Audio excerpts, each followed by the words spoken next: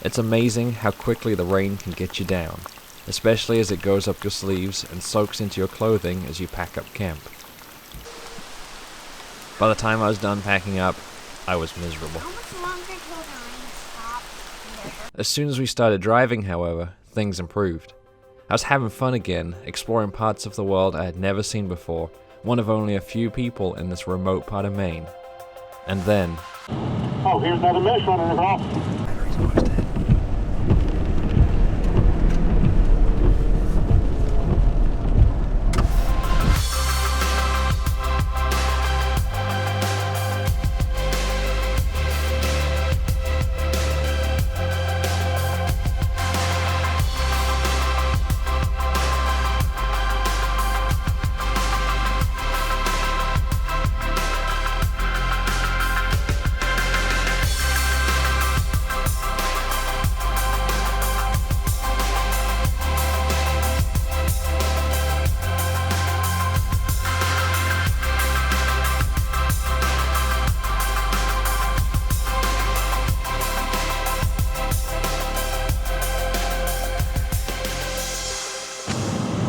Alright, so we're out of the United States into Canada.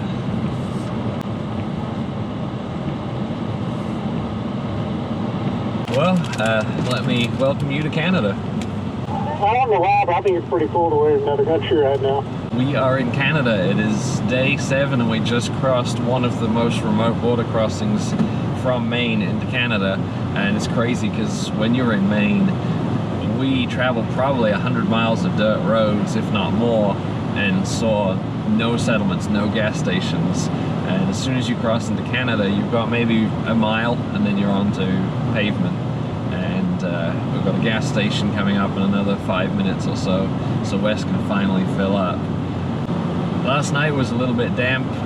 It's been raining steadily for several hours. It did not make it fun packing up camp, but it was all made better by seeing that moose. I wanted to see one for a very long time, so I'm happy. Once in Canada, it was a relatively short drive to Quebec City.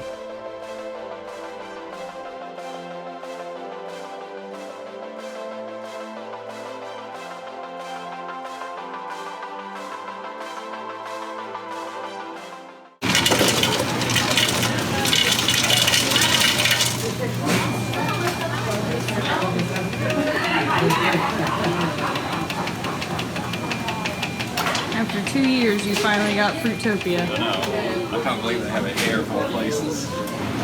Where is here? I don't even know. Somewhere in Canada. Is it exactly as you remember it? Yep, it's good. I feel like I probably need to give a little backstory here. A few years ago we went to Colorado and I discovered Fruitopia. We don't have it in Kentucky, but it is amazing stuff. Strawberry flavored drink, caffeine free. And when we went back to Colorado last year, I went to each of the McDonald's there trying to find some more Fruitopia, and none of them had any, and I was so disappointed. And then of all the places we come to, what was it, Montmagny in Quebec, Canada, and they have it here. I'm pretty excited. I know what I'm drinking for the rest of this trip in Canada.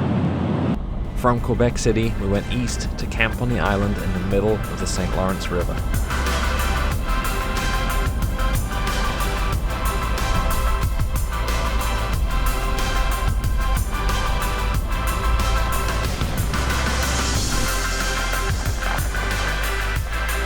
What happened? I guess it's turned into whipped cream for shaking so much in the back. I want to see if that comes out lumpy.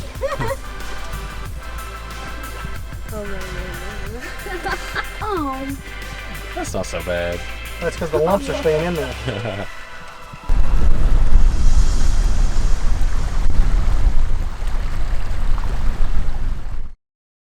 So it's the morning of day 8, we're camped on the island just outside of Quebec City, and Elizabeth and I were having a conversation about those pieces of gear that you take with you overlanding that are just way more useful than you ever imagined them to be. Because a lot of the time you buy something that looks cool and then just end up never using it. So I was going to show you probably 4 of my favorite things from this trip so far. And the first one is this table. The table was $20 from Walmart, and we use it pretty much everywhere we stop. Whether it's at a campground that has a picnic table, it's nice to just have an extra little surface there, or if it's out in the woods, you definitely need a flat surface to be able to cook.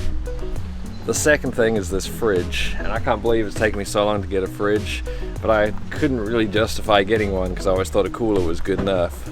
Now this one was about $300. I put a link to it in the description. It has changed the way we've camped. With a cooler, you take up a huge area of the rear of the vehicle and you don't get to put much food in it because it's full of ice. But this fridge takes up very little space and we're able to stack it high with food. It has been fantastic. And we're just running it off the battery in the vehicle. I got myself a platinum battery from Walmart for $150 and it does just fine. Third thing is something I've already done a review on, and that's my traction boards. On this trip I haven't actually used them as traction boards at all, but I've used them at pretty much every single campsite to just level the vehicle, and it is I actually prefer having the off-brand ones because they are thicker and they're better for leveling the vehicle. And the final thing is something I actually just bought for emergency use, and I didn't think I'd ever use it, and that is the Spot satellite messenger. We ended up using it when Wes was low on fuel. We texted some friends back in Kentucky and they searched Google for us and told us where the nearest gas station to the Canadian border was. I've also got it tracking where we're driving, and that's not necessary, but my parents and Elizabeth's parents are following along and they just really enjoy seeing where we are and what we're up to. Alright, so we're pulling out from our campground on the island just outside of Quebec City, and today we're going to head into Quebec City and see some of the sights along the way.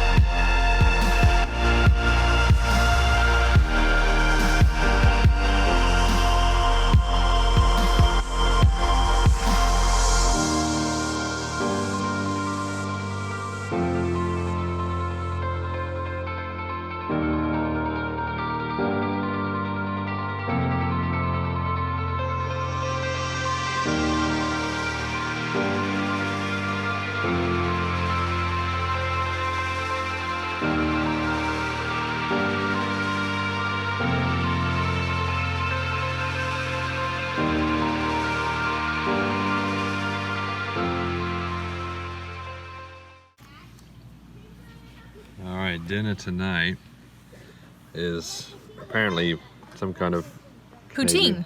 What is it? It's poutine. Poutine? Yep. What is that? French fries, gravy, and some kind of squeaky cheese on top. It was gross. Dessert was much better. Alright, so as I'm driving through the campground, I hear a rattling from underneath my vehicle, and I can't figure out exactly what's causing the rattling, but when I got underneath I did look, and there's not a single bolt holding on the skid plate anywhere. There's two tabs at the front here that are in their slots, and I think this little lip here is all that's holding it up right now. So I'm going to fix this the only way I know how. That's the Jeep way. Zip ties.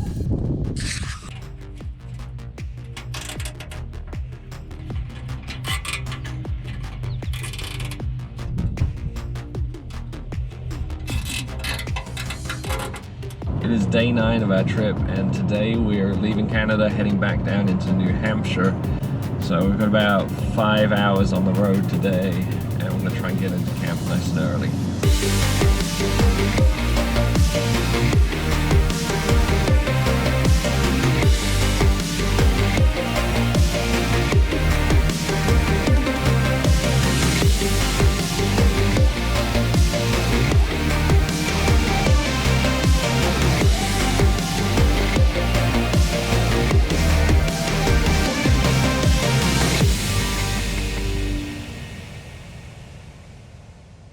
So we just crossed the border from Vermont into New Hampshire. We're staying just the other side of the river in New Hampshire tonight, and it is really cold down here. And it's supposed to rain again tonight, so that brings me to a project I've been putting off for a while, and that is a way of stopping the overhang of the Smitty-built tent from collecting rain.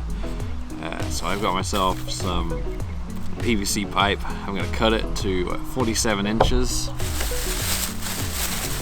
And I've got 2 T-connectors that I'm going to cut down the edge here and here so they can brace across the rails in the rooftop tent. And I bought myself a cheap little hacksaw.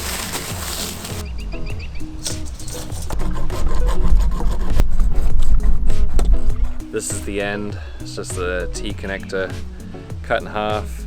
This part hooks over the bar that supports the overhang, and the whole thing sits between the tent and the fly sheet.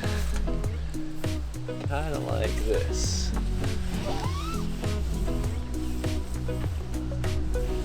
Let's push it up, lift it a little so it goes over the bar in the middle, and then hook it over this bar here. Hopefully that's now supporting the fly sheet on top.